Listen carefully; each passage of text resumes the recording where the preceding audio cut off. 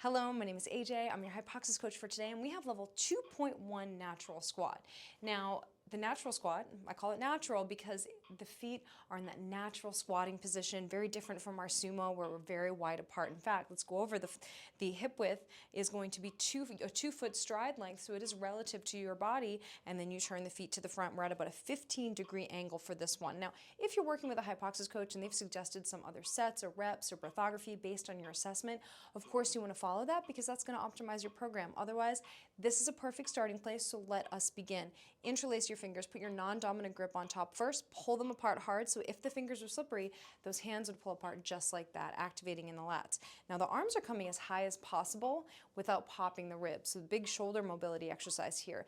Now, we are squatting down, hinging from the hip, trying to tap our butt on the seat. If you move in the low back at all, then you simply don't go all the way down to the seat. Now, the main difference between level 1 and level 2 is that we work twice the speed and there's only 2 foot taps on the descent. 1, 2, and up and down and up. Additionally, visual specificity, we're always very specific with our gaze so that we can strengthen the muscles of our eyeballs, our nervous system, cognition, all the things that are affected by challenging our visual field.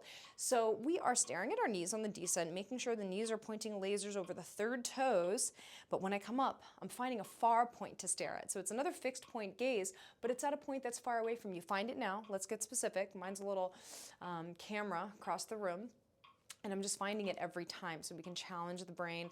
Now we're also pushing our head back in hypoxix headstands so that the head is pushing back into a set of imaginary hands and it's also getting pulled upward. We're creating height in our spine the whole time as we do this exercise. Now we're tapping our toes 2 times on the way down, and when we come up, gently squeezing the glutes, not shoving the pelvis forward, not keeping it back, somewhere about halfway between the two, a nice neutral.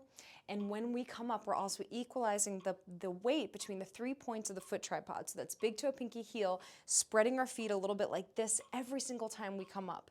Now, I know it's a lot of layers. If this is your first time, you may not want to focus on all of those layers at once. So I want you to start with staying connected with the breath, with your breathography, loosening our ab ribbon on the engaged exhale and tightening it on the inhale and not moving in the low back. So put a hand on your low back and see what your range of motion is. It might just be halfway down to start for this level 2. And then eventually, as you get stability and mobility in the pelvis, you'll be able to get all the way down to the chair. So let's begin. Non-dominant grip on top. Bring those arms up. Find your fixed point.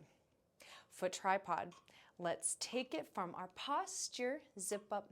Inhale. Hiss 2, 3, 4, 5. Inhale 1. Inhale 2. And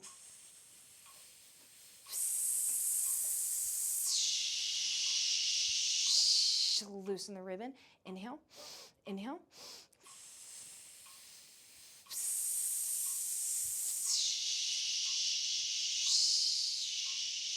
Inhale, tighten the ribbon, stare at the knees.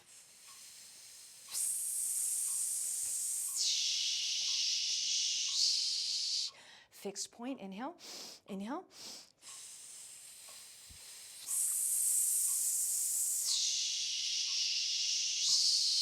Loosen the ribbon. And you're finished. Really nice work.